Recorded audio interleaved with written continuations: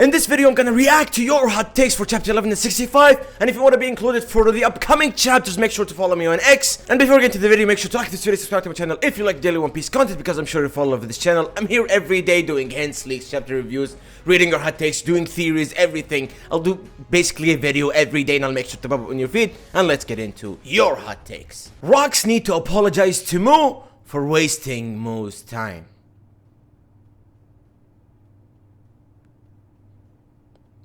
Is that Emu doing a comment, bruh? I understand Big Mom due to her character, but Kaido and Whitebeard easily leave rocks and do not double checking if the rocks really betrayed them, their captain, for many years. I mean, to be fair, the rocks pirates are not so connected. It's just a group of people that rocks collected for the sake of a mission. That he even got Whitebeard, who else? Whitebeard, Shiki, and Stussy with the Davy back fight. He doesn't care about loyalty, he doesn't care about anything. He even told Whitebeard that you don't have to stick with me in here with this fight with Emu. He doesn't want any of that. So the minute Rocks turned into this demonish look for the eyes of Whitebeard, Kaido, Big Mom, they saw that this man is not the same captain as we knew he was. And yeah, this is it. So I don't think I'm gonna make a bigger deal of it. I think it's just as simple as that, in my opinion. I think Emu isn't she or he, Emu is it. Emu is just black, like Black Zetsu. Honestly, to some degree, I sometimes think about this idea as well. I don't know if he wants this or not. Honestly, like whether it's this or that, the idea that Oda is having in his mind, I think is gonna work, hopefully, right? But sometimes I just feel like that Emu-sama is the devil itself, or sometimes I think that Emu-sama may be like the first man or female or woman to ever be a D or something like that. She like established the D clan or something like that. Maybe, okay? But yeah, your idea might actually happen. How the fuck would the current gen beat Emu if the most powerful pirates and one marine can scratch or damage this thing? The current clue given is a Joy Boy level Haki can make Emu scared or later on damaged.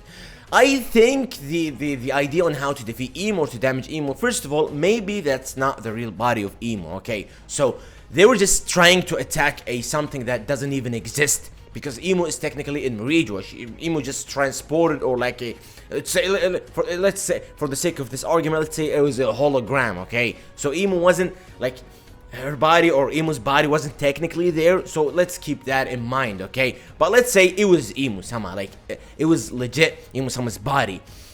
I would say that it's the prophecy, like Luffy and Teach are destined to be Emu, so technically they're devil fruits, maybe. It's just their time to be able to defeat Emu. Luffy and Teach are destined to be Emu, so they're devil fruits.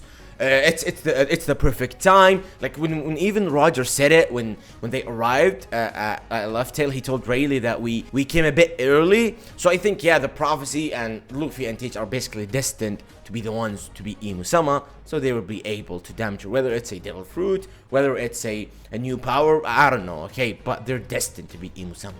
I really wish we got to see the other Rocks pirates do stuff. Q and Barble specifically, they introduced these two cool characters who we've never seen before and then do nothing with them. I was hoping they would do something this chapter since it's the end of God Valley. Honestly, I do agree with you, but to some degree, I feel like Oda is just making this flashback as a Rocks flashback, like the God Valley flashback is just a Rocks flashback, so he hasn't even got into more details with the other characters. We just see Marco's father, Pologram, meeting Whitebeard for the first time and other stuff, but we haven't seen like fully detailed interactions with the Rocks pirates and everything. Maybe, hopefully we'll get something in the future. Maybe he's like, let's say, he's planning on doing a movie for the Rocks pirates. Let's hope so, okay? So for now, yes, I do agree with you, but I feel like he was just focusing on the Rocks saga, on the Rocks journey. Hopefully in the future we see something with the whole Rocks pirates. I do agree with you on that.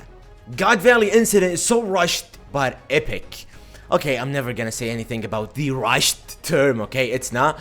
Yes, Oda didn't get into more details with God Valley flashback. He was kinda planning on making flashback, the God Valley flashback end.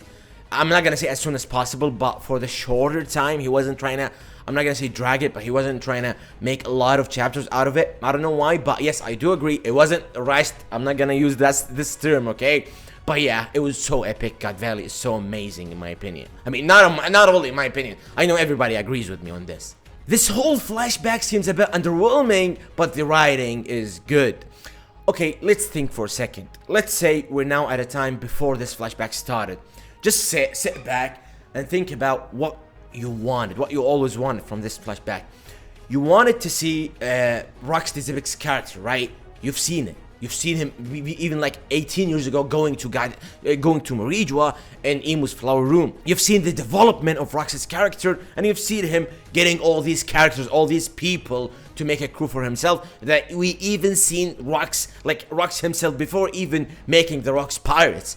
And then we go to the what else? His relationship with Harold, and then we went to God Valley, and everything great happened there with Rox and Teach was born, and the whole story of Iris.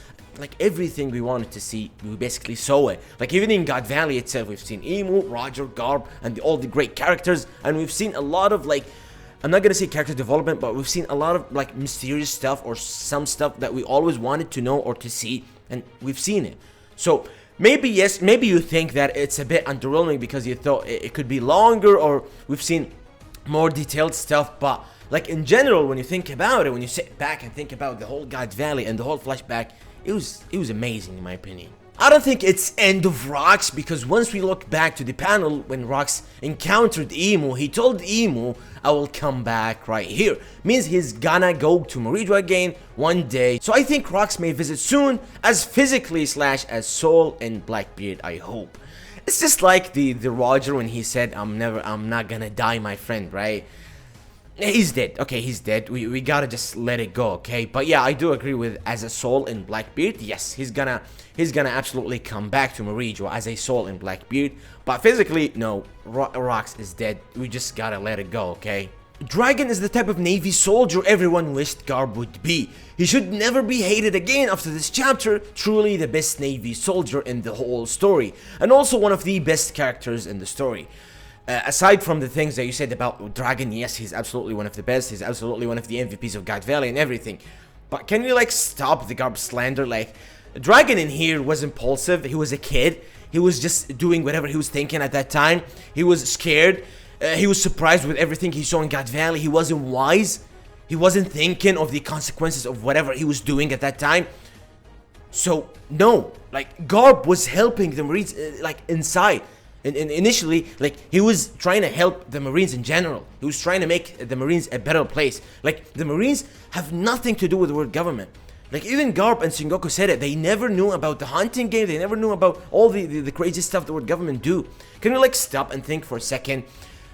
Garp, Sengoku, Kizaru, all these guys, they're not bad people, bro. The Marines are actually the good people. They're helping people. They're doing everything. The pirates are the evil, man. Like, we're seeing it in the perspective and the view of Luffy, but every other pirate is actually, like, somewhat bad, bro. Bro, Law took 200 hearts for the sake of being a Shichibukai.